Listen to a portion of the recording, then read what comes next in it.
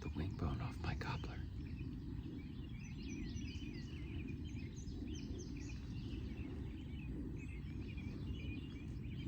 I obviously need a lot of practice.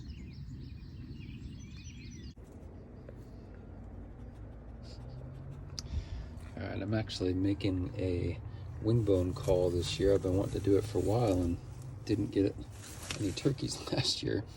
So what I did was take both wings and totally bone them out.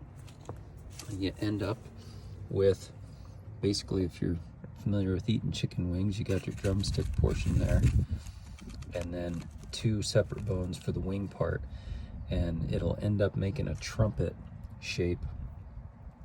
You put the smallest one, medium, and then largest together in a tube, and it makes a trumpet, and you call from the thin end of it. So I'm gonna, never done it, gonna make two different ones in case I mess one up. But yeah, bone out the wing like that, and then I'm gonna keep this other wing for a fly down wing, dry it out. Augie, you're not gonna like this. Make a good fly down sound.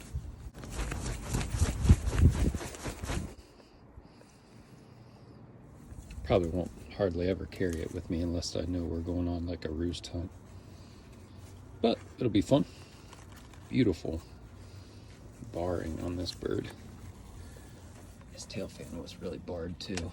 It's just so pretty. That nice chestnut, eastern chestnut tips, and then like super bronze accent feathers there. Man, they're a beautiful animal.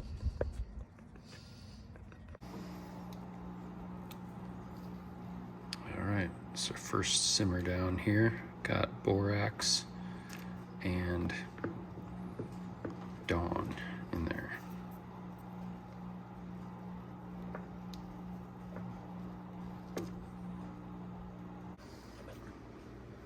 All right, we boil them for a few hours. It's a very similar process to boiling a deer head, just long and slow.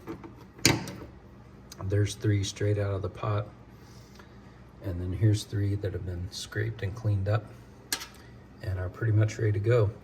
You don't have to clean the ends too much and get all that gristle off of there, because those will get cut off, and you'll just use the center section of each one. All right, next step is done. I've just got to clean all the marrow out and clean them up a little bit, get them looking a little nicer, hollow them out. I started off using a hacksaw, but the bones are so light, the weight of the hacksaw made it hard.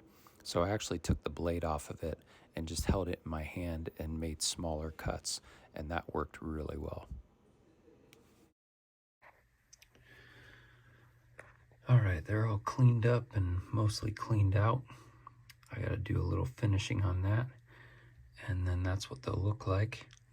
I gotta trim them up a little bit.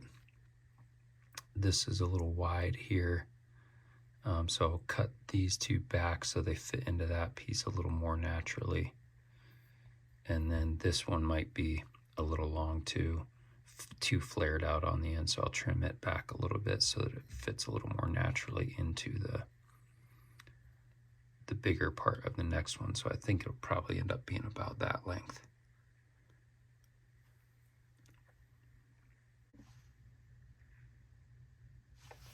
All right, they've been drying for a couple days after I trimmed them, and the next step will be to fit them together a little better.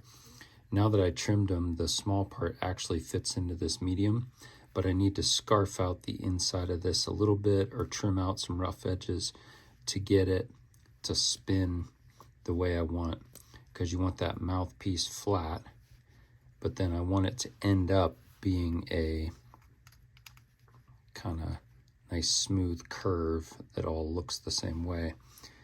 And right now, this bone doesn't fit into this one.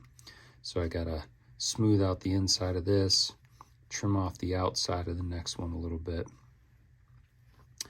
and get it so that the finished shape is a nice smooth curve. And this one fits down inside of that one. So just do a little shaving and we'll be ready to go. All right, got them both glued up. I fit them together using a Dremel tool with that bit on the end. That worked really good. And then just a file rubbing the outside of the bones on the file to smooth them out and fit them into the other one. Worked really, really well. I also kind of smoothed out the mouthpiece. And I just used this Gorilla Glue clear epoxy, which seemed to set up really hard. All right, here we go. The finished product. So the last step was to wrap the joints with some string. You could use really any kind of cloth string. I had some thicker stuff that I had like in a leather stitching kit that I thought would look cool, so I did 2 different colors of that and just wrapped them together. You can use thread, but what I did after wrapping it was just tie off the ends and bury them in there. And all this does is just kind of smooth it out, make it look a little cooler. You don't even need that. But once I got it done, I took super glue and just coated it all and rubbed it in there and kind of sealed it. You could do that with a lacquer or something if you wanted to, but super glue worked pretty well. Now they're all solid and they look cool and they're ready to hit the woods.